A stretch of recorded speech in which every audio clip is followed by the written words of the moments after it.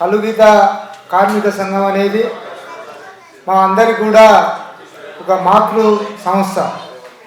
గ్రామీణ ప్రాంతాల్లో ఉండే ఒక మెడికల్ లాంటి వ్యక్తులను ఐడెంటిటీ చేసి వాళ్ళను ఈ సంఘంలోకి తీసుకొచ్చి మరి ఈరోజు ఎంతోమందిని రాష్ట్ర స్థాయి నాయకులుగా అనేక రంగాల్లో విశిష్ట సేవలు అందించే వ్యక్తులుగా తీర్చిదిద్దే సంస్థ ఈ రాష్ట్రంలో ఏదైనా ఉంది అంటే అది కలుగీత కార్మిక సంఘం. ఈ సంఘానికి ఎంతోమంది మహనీయులు, భీమగాని చంద్రయ్య లాంటి వాళ్ళు 1976లోనే ఎన్నో రకాలుగా ఉన్నత ఉద్యోగాలు వచ్చినా కూడా మరి ఎస్ఐ లాంటి జాబ్లు 6 వచ్చినా కూడా వాళ్ళు వదులుకొని మరి సంఘం కోసం కృషి చేయడంతో మరి ఈ సంఘం ఇంత అభివృద్ధిలో ఉంది. ఎంతోమంది త్యాగాలు ఇందులో ఉన్నాయని చెప్పి మరి వాళ్ళ యొక్క త్యాగాలు ఈరోజు ఇంత అభివృద్ధికి ఈరోజు హైదరాబాద్లో నీరా కేఫ్ లాంటివి రావాలనుకున్నా, అదేవిధంగా చెట్ల మీకెళ్ళి పడి చనిపోతున్న వృత్తిదారులకు ఎక్స్రేషియో సాధించడంలోనైనా ఈ కలుగీత వృత్తి భారతదేశం మొత్తం ఉండే, కానీ పక్కనే ఉన్న తమిళనాడులో కానీ, అటు కర్ణాటకలో కానీ, ఇటు మహారాష్ట్రలో కానీ కళ్ళు నిషేధం ఉంది. మరి తెలంగాణ, ఆంధ్రప్రదేశ్లోనే ఈ కలుగీత వృత్తి బతుకుంది అంటే కారణం ఏంటంటే అది కేవలం కలుగీత కార్మిక సంఘం యొక్క పోరాటాల ఫలితమే. వారు లేకుంటే ఈ రాష్ట్రంలో కూడా కళ్ళు నిషేధం అనేది ఉండే. మరి అనేక పోరాటాల ఫలితమే ఇప్పటికి కూడా ఈ రాష్ట్రంలో కలుగీత వృత్తి అనేది కొనసాగుతుంది. మరి పెద్దలు బొమ్మగాని ధర్మభూషణ్ కానివ్వండి, కల్లెపు వెంకటయ్య గారు కానివ్వండి, దేశం చిన్నమల్లయ్య గారు కానివ్వండి, బైరు మల్లయ్య గారు, వాళ్ళ యొక్క త్యాగాల పునాదులతోటే ఈ రాష్ట్రంలో ఈ కలుగీత వృత్తి అనేది బతుకు ఉంది.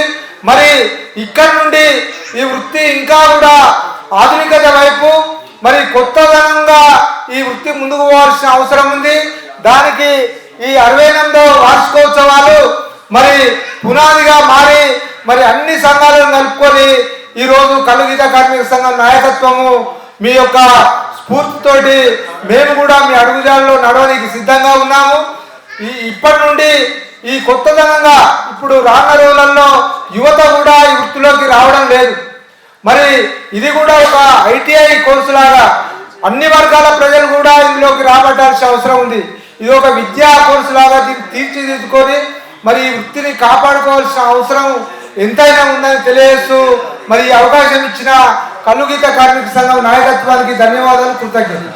నిజంగా 68 సంవత్సరాలుగా ఒక సంస్థ నిర్మాణాన్ని గ్రామ స్థాయి నుంచి రాష్ట్ర స్థాయి వరకు తీసుకుపోవడం ఒక అంశం అయితే, వారు దశదశాల పోరాటాలు కొనసాగించడం అనేది చాలా గొప్ప విషయం.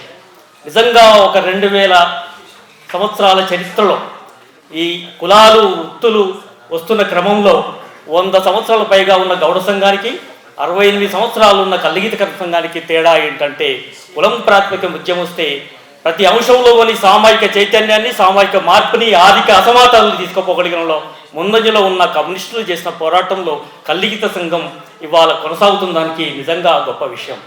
పోరాటంలో భూములు, ఆస్తులు, అంతస్తులు, ఎక్స్గ్రేషాలు, పెన్షన్లు, లేకపోతే ఇవాళ నీరా గురించి మొదలుకొంటే ఈ సమాజంలో మాకు భాగస్వామ్యం కావాలి, అడుగడుగున పోరాటాలు, చైతన్యము. నిజంగా చెప్పాలంటే ఈ సంస్థ ఒక చైతన్యాన్ని, ఒక విజ్ఞానాన్ని, ఒక వినోదంగా నేను చూడను కానీ ఒక ఆలోచన విధానాన్ని, ఒక పోరాట దశను ముందు తీసుకుపోవడంలో కలుగీత సంఘం ముందుకుంది. మిగతా సంఘాలకి కూడా అది ఒక సవాలు ఇస్తూ ఉన్నది. ప్రతి చోట ప్రతి అంశం పట్ల అది సర్వాయి పాపన్న చరిత్రను ముందు తీసుకుపోవడంలో కావచ్చు, సామాజిక అసమానతలు కావచ్చు, గ్రామ బహిష్కరణలు కావచ్చు, అది వృత్తిలో కావచ్చు, కులంలో కావచ్చు. నేను ఒకటే చెప్పదలుచుగా ఉన్నాను, ఆర్థిక అసమానతలు ఎంత ఉన్నాయో కులం కూడా ఇవాళ ఈ దేశంలో ప్రధానంగా ఉంది. అది కనుక ముందు తీసుకోగలిగితే, మీరు పాపలను గుర్తించారు, ఆ కులాలను కూడా గుర్తించగలిగితే నిజంగా కలుగీత సంఘం చాలా కింది స్థాయిలో పోతుంది. ఎందుకంటే రమణన్న ముందే మాట్లాడిండు, ముద్రాజులు, ఎస్సీలు, ట్రైబల్లు, ఇతర వర్గాలు వృత్తి పేరు మీద భారతదేశంలో ఉన్న కులాల పేరు మీద వృత్తుల పేరు మీద చేస్తూ ఉన్నది ఒకవైపు అయితే పునాది కులం మీద కులమే రాజ్యం వెళ్తున్న ఈ దశలో కులం ప్రధానం అనేది వర్గ కులం ఈ దేశంలో ఉన్నది కాబట్టి దాని రూపమాపటానికి వర్గము కులము రెండు సమానంగా ఉన్నాయి కాబట్టి ఒకదానికొకటి నిత్యమైన కుల వ్యవస్థలో పెనవేసుకున్నాయి కాబట్టి దాన్ని ప్రధానంగా ఇవాళ సంఘం కావచ్చు, కమ్యూనిస్టులు కావచ్చు, సామాజిక విప్లవకాలు కావచ్చు, ఉద్యమ శాఖం ఏదైనా సరే అది గుర్తించి తీసుకుపోయినప్పుడు మాత్రమే నిజంగా ఈ దేశానికి స్వాతంత్రం వస్తుంది, ఈ దేశానికి విప్లవం వస్తుంది, ఈ దేశంలో అసమానత ఏదైతే రూపం మాపుతుంది నేను బలంగా భావిస్తా ఉన్నాను. నేను 25 ఏళ్ళుగా చూస్తా ఉన్నాను. ఎందుకంటే ఇక్కడ పెద్దలు వేదిక మీద ఉన్న వాళ్ళ చిత్రపటాలు చూసిన తర్వాత ధర్మవృక్షం గారు, దాట్లా గారు, మల్సూరు గారు, అదేవిధంగా దేశి చిన్నమల్లయ్య గారు, అదేవిధంగా ఇక్కడ పుల్లయ్య గారు కావచ్చు, లేకపోతే అదేవిధంగా బైరు మల్లయ్య గారు, వడ్డెల్లి బుచ్చరామ్ గారు మొదలుకొంటే కల్లెపు వెంకటయ్య గారు, ఇక్కడ భూపతి వెంకటేశ్వర గారు, ఆడ కూర్చున్న భిక్షం గారు, అదేవిధంగా చంద్రయ్య గారు, ఈరోజు మన రమణన్న, అదేవిధంగా వెల్లంకొండ వారి ముత్తబృందం చాలా మంది కూడా ఇవాళ ఈ సంస్థను ముందు తీసుకుపోవడంలో కమిట్మెంట్ కలిగి ఉన్నారు. కమిట్మెంట్ అంటే వాళ్ళు నిర్మాణితంగా గ్రామ స్థాయిలో ప్రభుత్వాల మెడల్ నుంచి ఇవాళ ప్రతిదీ సాధించుకునే దశలో పోతా ఉన్నాం కాబట్టి అది ఇవాళ మనకు అవసరం.